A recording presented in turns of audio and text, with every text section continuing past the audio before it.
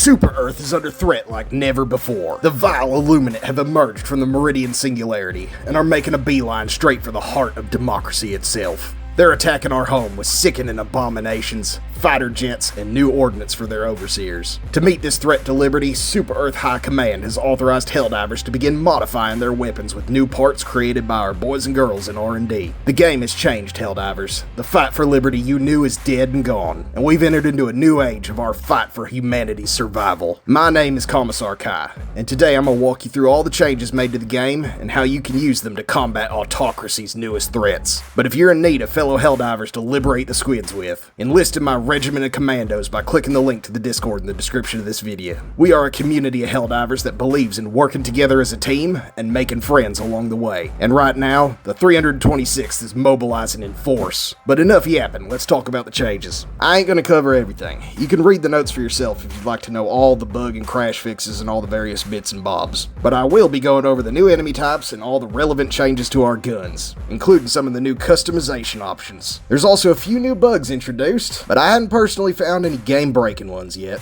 Here's to hoping. The squids hit while I'm on vacation in Super China, so apologies if the audio quality ain't up to my usual standard. But I'll be back to leading from the front 8 days from the posting of this video. There are currently 3 new enemy types on the squid front. The Flesh Mob, which is an unholy amalgamation of the bodies of our once loyal citizens. This thing is tanky, taking concentrated firepower to bring down. We don't know their weak points yet, but shooting out their legs or bringing heavy firepower to bear on their center mass seems to be the best current way to deal with them. But I'll give y'all more detailed breakdowns once we know more information. Next, we have the Crescent Overseers. These squids are armed with some kind of alien mortar. They'll fire blobs of energy that will rain down on you and your squad, keeping you from establishing easily defensible fighting positions. These Wraith tank wannabes are relentless in their barrage, and will even shoot over walls and buildings in an attempt to fry you. Other than this new weapon, they're still the same squid heads you're all used to, so aim high with medium pin weapons, or go for center mass with high caliber or high fire rate guns. Command has warned us that more squid combatants are on their way,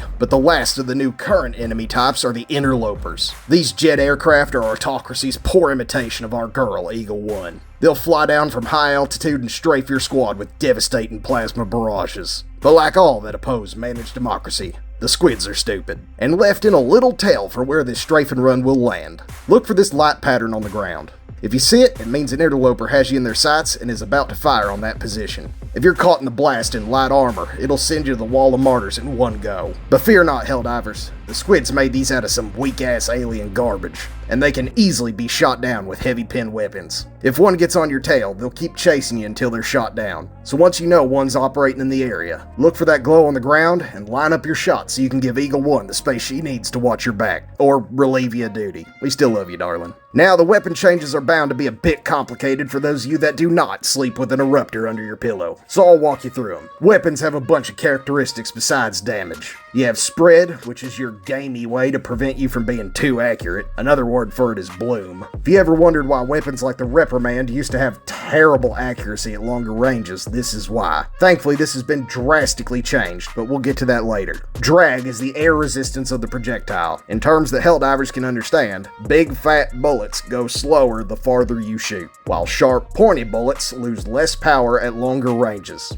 A lot of weapons have had their drag values changed, but for a quick example, the Diligence Counter Sniper has low drag, making it an effective weapon for long-range engagements, while the Eruptor has a lot of drag since it's firing a round the size of a mini Liberty bottle. Finally, we have Sway, which is pretty much what it sounds like. It's how much your reticule moves when you're firing. This is massively affected by your stance when you fire. When you're on the move, any weapon will have a lot of sway, whereas laying prone before firing pretty much negates sway completely on the vast majority of weapons. Now that you know what these values mean, let's quickly go over the new customization options for our primary weapons, which is one of the most exciting bits of this new patch. Most primary weapons can now be equipped with underbarreled attachments, ranging from laser sights to angled foregrips, all of which will change how your weapon handles in the field. Different barrels can affect recoil patterns, while different kinds of grips can improve weapon handling.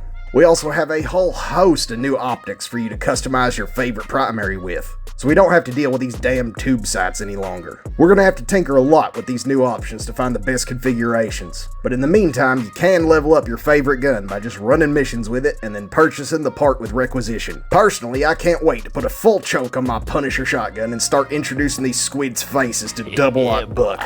Alright, now I'm gonna get more into the weeds of the patch, so if you don't want to hear my ramblings and speculation on some of the new changes, feel free to get back to liberating. But if you're having your morning coffee and just want to hear about the new goodies, stick around for me being more excited than a schoolboy getting a wink from Eagle One. Alright y'all, so a big change that I noticed right away is how shrapnel spawning works. This is going to affect guns like the R36 Eruptor, the G6 frag grenade, and the AC-8 autocannon, since they all have shrapnel as part of their kit. This shrapnel used to work pretty realistically. The projectile would hit the target, and then shrapnel would bounce back from the target. This is because shrapnel generally can't have the same penetration as a hard round. But to make Helldivers' lives a little bit easier, and with some nifty space technology, we can now have a 360-degree explosion of shrapnel, regardless of where the bullet hits. This means that a lot of your shrapnel that wasn't doing damage before the patch is now doing damage. So like I said, the Eruptor and the autocannon's flak rounds are going to be hitting a lot harder than you're used to. Now there is some more technical crap in here with how the shrapnel interacts with different armor values based on the angle that the projectile comes in at, but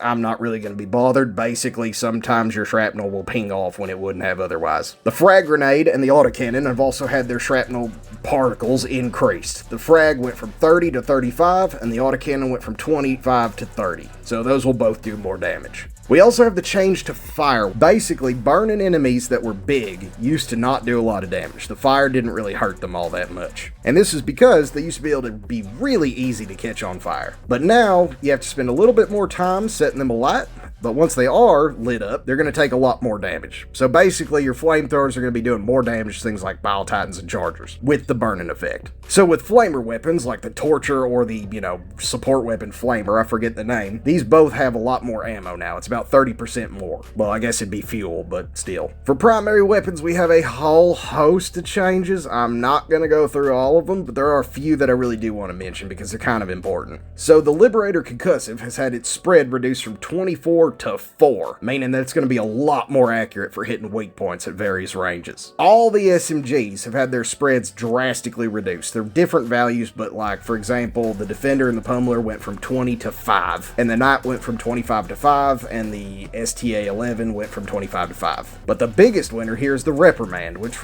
went from 40 to 5. So this thing is way more accurate now. I can't wait to use it. The Eruptor has had a lot of other changes besides the shrapnel. The exploit to fire it faster by canceling the racking animation for the bolt has been fixed. You can't do it anymore. But before you panic and start setting things on fire, they have increased the fire rate slightly. They've increased the ergonomics drastically, so it's not going to handle like a frickin' bus anymore. And the spread has also been decreased. All of these changes, combined with the changes to how the shrapnel works, means this gun is an absolute cannon again, and we can all rejoice until they eventually mess something up and break it. But for now, it's amazing. The Plaz 39 Accelerator Rifle, which I have only used once because I used it and I thought it was terrible, now might be a little bit better. Its drag has been decreased from 1.5 to 0.1, so it will do a lot more damage at longer range, which is definitely good, but that one I'll have to test. Now here's the controversial one, and I want y'all to hear me out.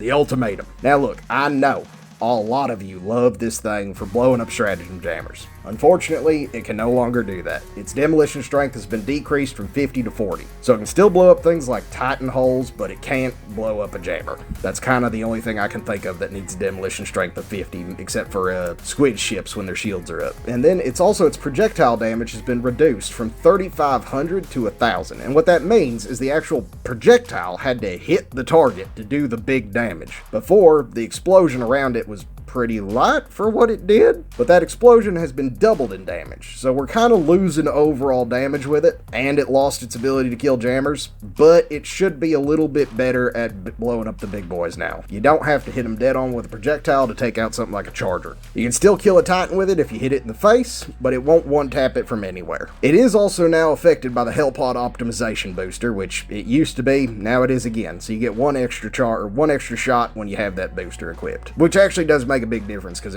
it makes the ammo economy better when you pick up ammo off the ground. So while I know this is not going to be a popular one, I'm relieved that it happened because I was tired of jammers being completely trivialized by a secondary. They should be a hard objective to deal with, and when you had that thing, you could pop it from 60 meters away with a one shot, and it was just kind of a joke. I kind of wish they'd given us more rounds to compensate for that, to make it a true, like, anti-big asshole weapon, but here we are. We'll see how it goes. For the pistols, there's also been a lot of changes, but the only real notable ones are for the Peacemaker, the Redeemer, the Verdict, and the Loyalist. All the others have had their sway reduced or increased by a little bit, but I don't think it really matters. I didn't notice a difference. But the Peacemaker, Redeemer, Verdict, and Loyalist have all had their spread decreased by a lot, and their sway increased a little bit. So they should be more accurate at longer ranges, but they'll move a little bit more while you're firing them. It should be easy to compensate. The Lift 850 jump pack has had its fix done, so you won't constantly ragdoll anymore. I'm really happy to see that. Not much else to say about it. Glad it's there. Bunker turrets, those jerks with the big laser beams that stagger you and then shoot you in the face, are now significantly less accurate, having their spread increased by 30, from 20 to 50. Conflagration Devastators, so those jerks with the flaming shotguns, but basically using a cookout, have had their damage reduced per pellet, and now will require more pellets before you're set on fire. So overall, they should be a lot less dangerous. They're still going to be hard to deal with, but they won't one-shot you anymore. This is a big change to the gunship. Body armor value reduced from 4 to 3, so now medium pin weapons can kill one by just shooting it in the body. And they've also had their main health decreased from 950 to 700. So that means gunships are going to be a lot more easy to deal with, and you don't really have to bring specialized weapons for them anymore. As long as you got something with medium pin, you can take them out pretty easily, because they don't have a whole lot of health. They have a little bit more than a Devastator. Now, this is one I'm happy they did, but it's going to make the game a little bit harder. Bulk Fabricators, so those big-ass fabricators that produce Hulks, have had their health increase from 1,500 to 5,000. So you can't just one-tap them with a recoilless from half the map away anymore. Now it'll take 2 shots. Honestly, I like that change a lot because they were kind of a joke before. On the Terminid front, the Spore Spears have had their demolition level decreased from 60 to 50, so it'll be a lot easier to kill them with like orbital precision strikes or 500 kilos. You won't need to use 2 or like finish them off with a primary anymore. They should just kill it in one go. And then on the Illuminate side, the landed warp ships should be easier to destroy with anti-tank weaponry once the shields are down, so that's going to be nice. You can kind of pop their shield from long range and then recoilless rifle them to death. But yeah, y'all, this is a whole host of really good changes. Weapons should feel a lot better to use now. We have options to customize. We even have camo patterns, which I didn't even get to, so you can match your gun to your drip. Overall, just looks amazing. I can't wait to try it. Today may look dark for the galaxy, but together we will illuminate tomorrow. This has been Commissar Kai, signing out.